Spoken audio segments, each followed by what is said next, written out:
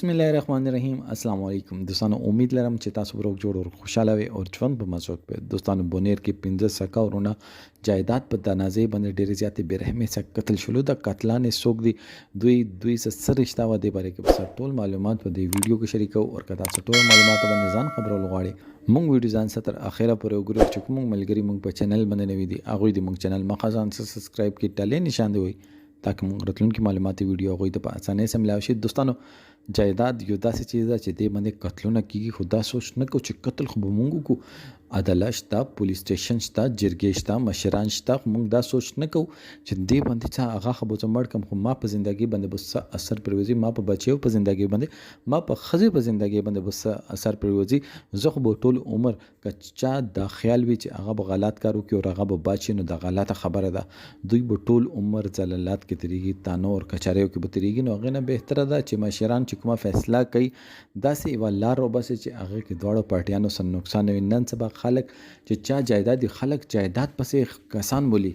هغه جایداد چې خپل په پیسو او خپل مټو په زور باندې اخیستی وي هغه جایداد پسې قتلونه کیږي ناحق قتلونه کیږي قیامت نشانه او یو نشاني دا ده چې قاتل او مقتول ته به نه وي پاته چې دا په څه وجه نو دوستانو موږ ته پکار ده چې دا وړې فیصلې چې دي دا موږ مشران شته اسلامي قانون شته شریعه شته هغې په روشنۍ کې حل کې بجای کې تاسو یو خو پردی جایداد باندې دغسې आवाज وکړي چې دا ماده او هغې نه بعد خپل حق پې جتوي او هغې نه بعد تاسو چې کله پوه شئ چې خلک مونږ په فراډ باندې مونږ په دروغو باندې پوه شو هغې نه بعد تاسو مرګونه کوئ دوستانو مونږ آخر کوم وطن کومې دنیا ته مونږ پاتې شو دلته څه قانون شته یا نشته قانون پرېږدی دوی خپل بچو زندګي هغوی ته په وراثت کې دښمني ورکوي هغوی ته په وراثت کې جیل او کچهرۍ ورکوي